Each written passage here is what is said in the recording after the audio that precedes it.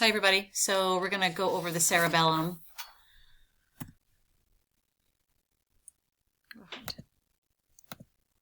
So I included a YouTube video that you can watch on your own, just for kind of a brief review of the cerebellum.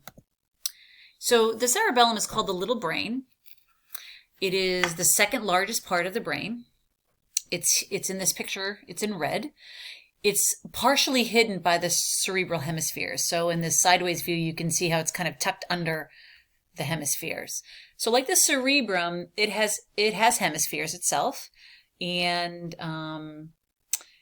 it also has a cortex, a neural cortex, which is called the cerebellar cortex, which is similar, you'll remember, to the cerebral cortex.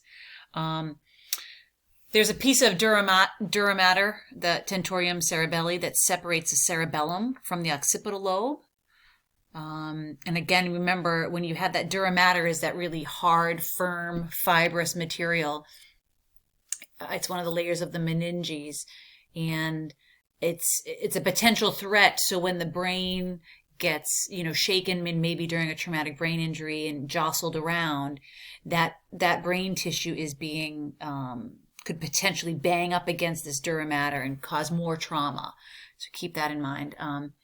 Each of the two cerebellar hemispheres is attached to the posterior brainstem via the peduncles. So the cerebellum, again, is in that posterior cranial fossa. It's inferior to the cerebrum. It's separated by that transverse cerebral fissure. It's also posterior to the pons and the medulla. So in this picture over here to the right, it's very close to that brainstem.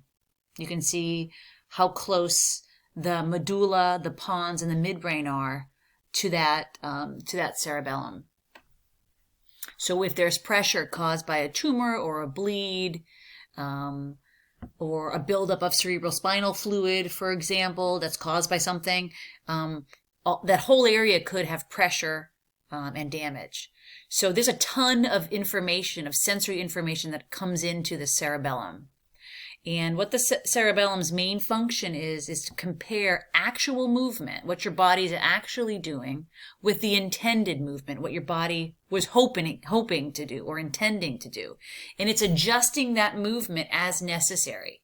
So therefore, the cerebellum is critical in balance and coordination, right? Because it knows what the intended movement was. It knows, it's getting information about what your body has actually done during the movement, and it's adjusting that movement. So it's making corrections and adjusting the movement in order to be successful. So again, the anatomy here is the surface of the cerebellum is highly convoluted. So again, we have, all of those little rolls that composes that neural cortex. The folia, or the leaves, are the slender transverse folds of the cerebellum surface. We also have what's called a vermis along the midline of the cerebellum, and that's a narrow band of the cortex that separates the cerebellar hemispheres from each other. You can also see the primary fissure, which separates the anterior and posterior lobes of the cerebellum.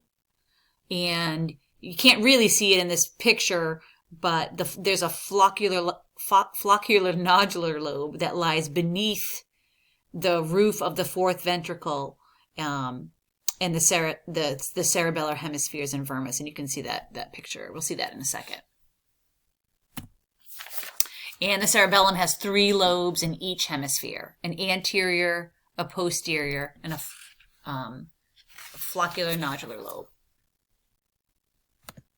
And here's just another picture of how it sits.